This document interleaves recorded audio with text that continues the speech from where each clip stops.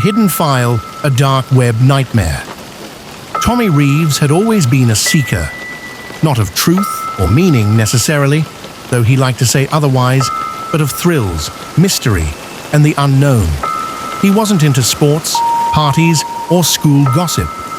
No, his thrill came from something far darker, the untamed corners of the internet. At 19, Tommy already had a reputation among his online peers. He ran a small tech blog, built custom PCs for people, and was known in a few forums for bypassing paywalls and firewalls just for fun. But lately, the surface internet bored him. It was too clean, too safe, predictable. So, he went deeper. It started with a thread on a tech conspiracy forum, one Tommy almost scrolled past. The title read, "The Hidden File, Have You Heard It Too?" Inside was a mess of paranoia. Posts about missing people, strange countdowns, surveillance cameras turning on by themselves. Tommy rolled his eyes until one comment caught his attention. It was simple. No profile photo, no username, no timestamp. Just a string of text. If you find the file, it means you're already inside. It doesn't want to be seen. But if you do, don't watch it. Beneath the text was a link. Not a regular link, but an .onion address, the kind that only worked on the dark web. Tommy hesitated. Then curiosity overpowered caution. He opened his Tor browser, enabled his VPN, and clicked the link. The screen faded to black. Then slowly, blood-red text appeared. "Do you wish to play?" There was no cursor, no instructions. Just yes or no. Tommy, pulse racing, hovered his mouse and clicked yes. The screen glitched. It wasn't a normal loading animation. Strange binary code and symbols danced across the monitor, shifting like they were alive. Then, everything stopped. His webcam light turned on. He hadn't touched it. Then came a voice, deep, distorted, and unnatural, like it was made of static and growls. "Welcome, Thomas Reeves. You have been selected." His spine stiffened. How did it know his name? "Find the file. You have 24 hours, or it will find you." Before he could react, the screen shut off. The lights in his room dimmed for a second. When his desktop returned, his wallpaper had changed. It was now a countdown. 23, 59, 56. No matter what Tommy did, he couldn't close it. He rebooted his PC, tried wiping the drive, even swapped the hard drive out. But when he booted the computer again, the countdown was still there. He tried calling a friend. The call wouldn't go through. His phone screen flickered and then showed the same countdown timer. That night, Tommy barely slept. He kept checking the windows, convinced someone was watching.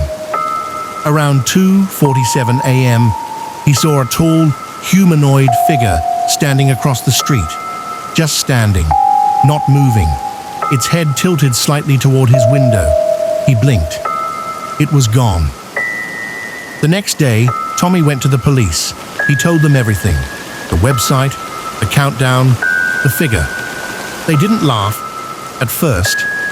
When they checked his devices, everything was normal. No malware, no strange files, no dark web history. It was like nothing ever happened. One officer even suggested a therapist. Another one patted him on the shoulder and said, "Maybe lay off the horror movies, son." Tommy returned home in silence. The timer now read 7:34, 12. And strange things started happening. His smart speaker began whispering when no one was speaking. Doors creaked open by themselves. He'd hear scratching in the walls, but nothing was there. Then he found it, a folder on his desktop, labeled, "You Found It." He never created it. Inside was a single video file, Final Warning.mp4. He stared at the screen for a long time, and then he hit play. The screen was pitch black, then faint light. A camera was clearly filming from a high angle of his bedroom, of him sitting at the computer, watching the video. His breath caught in his throat. There was no camera like that in his room. He looked up. Nothing was there.